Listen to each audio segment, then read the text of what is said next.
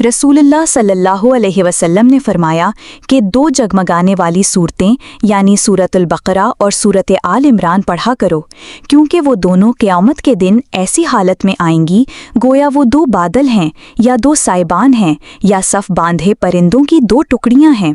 वो अपने पढ़ने वालों की तरफ से हुज्जत पेश करेंगी। हज़रत नवास बिन समान रज़ी अल्लाह कहते हैं, रसूलुल्लाह सल्लल्लाहु अलैहि वसल्लम ने फरमाया, क़यामत के दिन कुरान और कुरान वालों को जो इस पर अमल करते थे लाया जाएगा। सूरतुल बकरा और सूरत आल इमरान कुरान के आगे आगे होंगी। फिर रसूलुल्लाह सल्लल्लाहु अलैहि वसल्लम ने इन दो सूरतों की 3 मिसालें बयान फरमाईं। मैं इन मिसालों को सुनने के बाद भी नहीं भूला। रसूलुल्लाह सल्लल्लाहु अलैहि वसल्लम ने फरमाया, गोया वो दो बादल हैं या दो सियाह साइबान हैं जिनके दरमियान खूब रोशनी हो रही है, या कतार बांधे हुए परिंदों की दो टुकड़ियां हैं। ये दोनों सूरतें अपने असहाब के लिए हुज्जत पेश करेंगी, यानी अल्लाह ताला से बख्शिश तलब करेंगी। सही मुस्लिम।